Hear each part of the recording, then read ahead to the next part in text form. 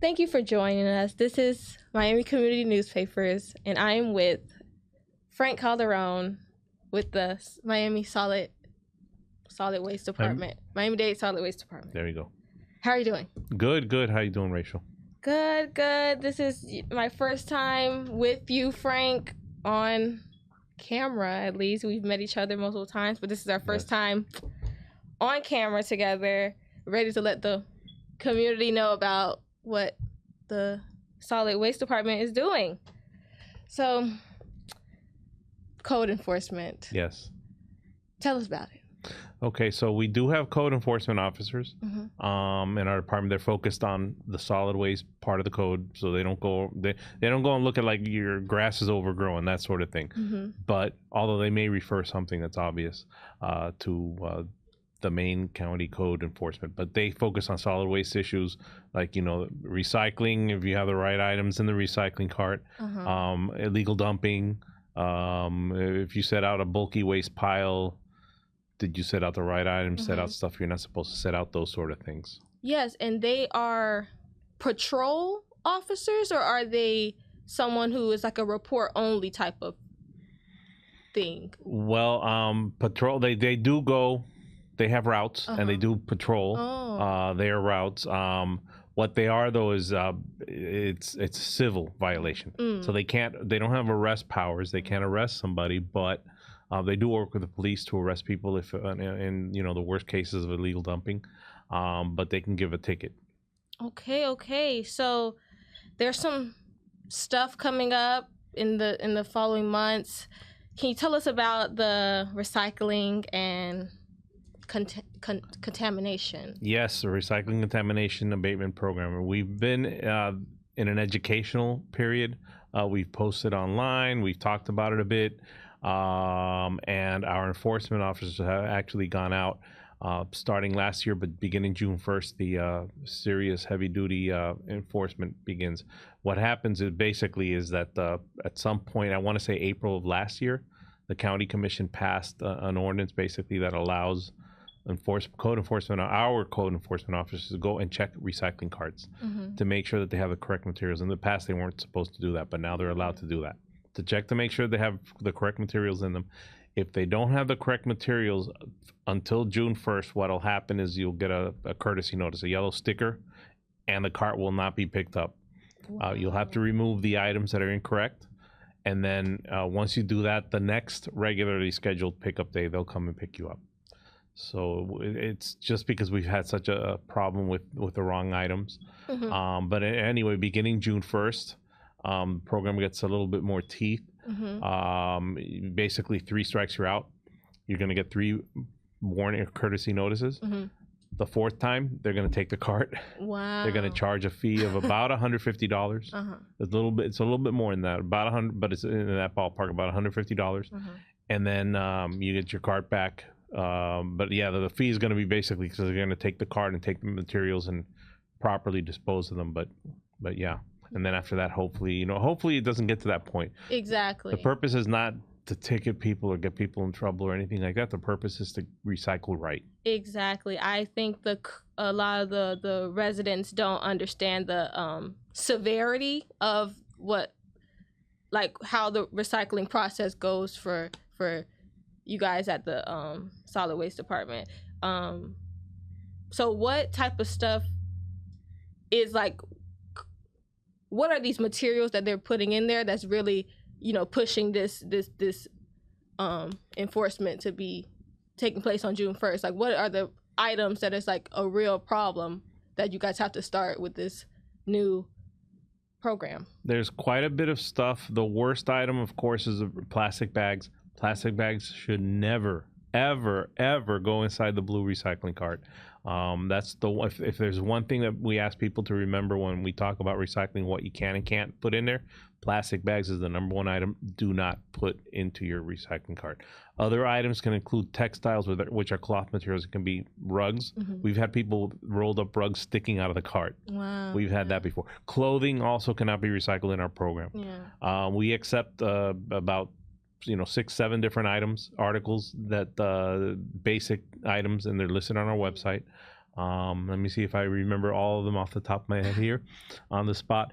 Paper, cardboard, cans, whether they're, you know, food cans or beverage cans, bottles, which can include plastic and glass, and plastic is the only type of plastic we'll accept basically are bottles or yogurt tubs or, you know, butter tubs. That's it. No other type of plastic should go in there. And cartons, like juice cartons, milk cartons. Plastic jugs are also acceptable. They're typically kind of like a bottle. Yeah. Basically the smaller neck than the rest of the body. Those are the items we take. But as far as like what you can't put in their plastic bags, number one item, textiles, clothing. We've had people put in one of my favorite examples of what not to put in there is we saw, you know, those little electric cars that kids, the parents buy for their kids, and like they drive them around. Somebody stuck a Hummer. Oh my gosh. Into a recycling cart. Yes. We have a picture of that. It's floating around our social media because that happened a few years ago. It's probably in, you know, the archives of our social media. But yeah, too funny. Those type of things. Yeah, because that's all. I mean, they probably in the mindset of like plastic. That's what they're thinking. But those things have like batteries and all types of stuff they that have you all can't. kinds of exactly. They have the mix of materials, something of that like that. Not to mention, it's really not. That's going to go on a conveyor belt. It wouldn't fit. It's too big, too heavy for the conveyor belt in the first place. So. Oh wow. Okay. Well, see, education is the first step. So, switching gears, tell us about what the county is doing to fight illegal dumping. Okay. Yeah, that's a big part of what our enforcement officers do. They do a number of things. They work with the police department. The more serious cases can result in arrest. And we have had people that were arrested, and I did some digging into the state because the state statute, basically the Florida litter law, under which they will put somebody in jail. And from my understanding is that I don't know if it's a 4 or 5 year. You can serve 4 to 5 years if you're found guilty and the judge decides they're going to give you the max. But yeah, you're subject to that. They're subject to fines. The fines start at $250 and go up from there depending on the seriousness. What they actually do is they will actually go and investigate piles of bulky waste. In some cases, they have hidden cameras that help them out. We've been able to catch people, and we actually have some live stream cameras in some of the worst hotspots. We have an officer who sits with a computer, several computer monitors, monitoring the cameras, and if they see in real time that somebody's illegally dumping, they will call the police. Wow. We had a case that happened not that long ago. Twin brothers, which is kind of sad. And their third brother was with him and he got away. Wow. But yeah, the twins were caught because they were caught on live stream video. But we also have like those hunting game cameras that record that aren't live. And they'll go back and they've been able to get tag numbers and things like that to identify the people that do illegal dumping. Yes. And what is the difference between litter and illegal dumping?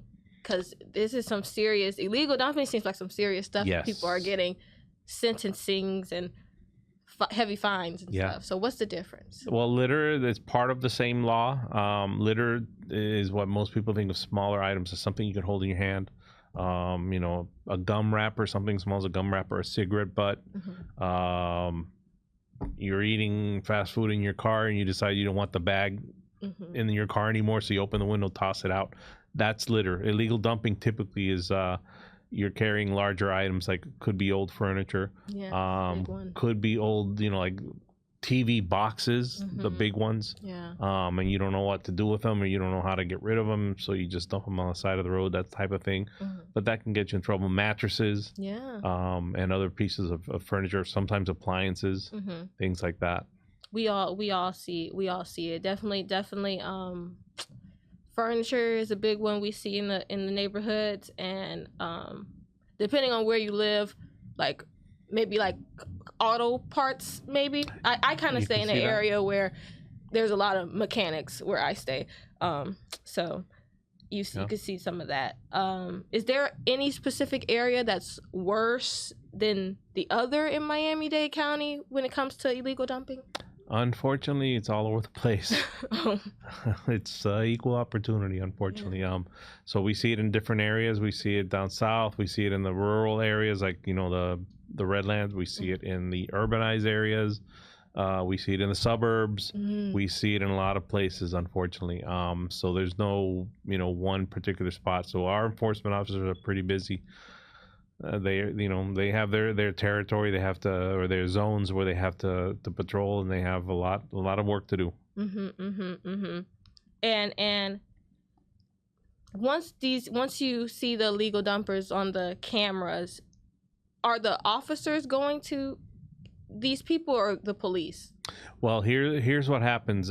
Typically, if it's after the fact, well, the police may get involved regardless. Actually, it's when we catch them live. If they're police officers, by the way, the Miami-Dade police have a unit dedicated to illegal dumping. If they are able, to dispatch somebody to go after them, they'll catch them on the spot. And they have done that in the past. If it's after the fact, they see, they investigate. There was one case, for example, near Miami Airport, or Miami Executive Airport as it's called now, where we had our camera and the police illegal dumping unit had their camera there, and our camera caught half the tag and the police caught the other half of the tag of somebody, and we worked together, and that involved even though it was after the fact, we saw the video later because it was recorded, it wasn't live. The police went out but we worked with them. We did the investigative part and then handed it over to the police and said, this is, we think this is an arrest case. They agreed. They went and they arrested the person. Exactly. So this collaboration between you and the police department seems great for the cause, and the investigative side comes from you guys' hidden cameras only, or is it also no. We do there was a case that Michael liked the site quite a bit, where they found fast food receipts inside a pile of illegal dumping. We got a couple of cases where they didn't even have to they didn't rely on their own cameras. They went back to the fast food restaurant. They used their cameras to look through. They found the person that way. They went and they gave the person a ticket. I don't know if that one ended up in an arrest. There was another one where we had somebody who had like some home improvement project at their house, and the contractor promised to take the items and dispose of them properly, and it was on the invoice. And we found evidence tying it to this person's house. So the enforcement officer went to the house. They spoke with the person, and the person said, no, but I had somebody that did work. And, do you have the receipt? So they showed the receipt or the invoice, and it showed that they agreed to take the stuff. They went after the company that way. No cameras involved in that case. Wow. So they don't always need cameras, but the cameras are helpful. You people out there, beware. It's not only the cameras. This is an extensive investigation that's going on. That is very interesting. I would not have thought that it would go that deep. And what can the residents do about illegal dumping? Like I mentioned, I see it where I stay. You said it's everywhere, which we can vouch for that. What should residents do about it? The first thing they should do is not illegally dump themselves. That's the first thing. But if a resident sees it, if you see it, okay, there's two different things. If you see it in action, if you see, like, you look out your window and there's somebody illegally, don't go out there and argue with them, because you don't know what that person may be like or how they're going to react. But what you can do is call the police, 911, and tell them it's a crime in progress, that they're illegally dumping. Right now, they're right in front of my house or at the end of the street or whatever, and they're illegally dumping. Get as much information as you can safely. Get the tag number if you can. That's going to be a big thing. If you can't, then at least try to get a description of the vehicle and the description of the people or the person who's doing it. If it happens after the fact, let's say you go home and you see the pile there, but you don't see who did it, then in that case you call 311. So if you see it in action, or if you see it in progress, call 911. If you see it after it's already happened, call 311. And thank you for plugging the information that people can call. We discussed recycling, illegal dumping, and the code enforcement officers. So just give us the website and the number to call one more time so Sure. we can know. Miami-Dade.gov/solid waste. And solid waste is all one word, no hyphens or anything. To go to our website and you can see what you can do about illegal dumping. We also have an app, MDC Solid Waste, and you can report illegal dumping through there and actually take pictures of the pile to show it. But also you can call 311, and that's going to give you information on, you know, our department, illegal dumping, and all county departments pretty much. Yes. I appreciate your time today, Frank. We learned so much about like what we can do in the community to help you guys stop illegal dumping as well, and help with like do our part as a resident of Miami-Dade County with the recycling and the solid waste department, the help. So thank you for joining us today, Frank, and you guys, and You're welcome. take care of yourself and your family. See you next time.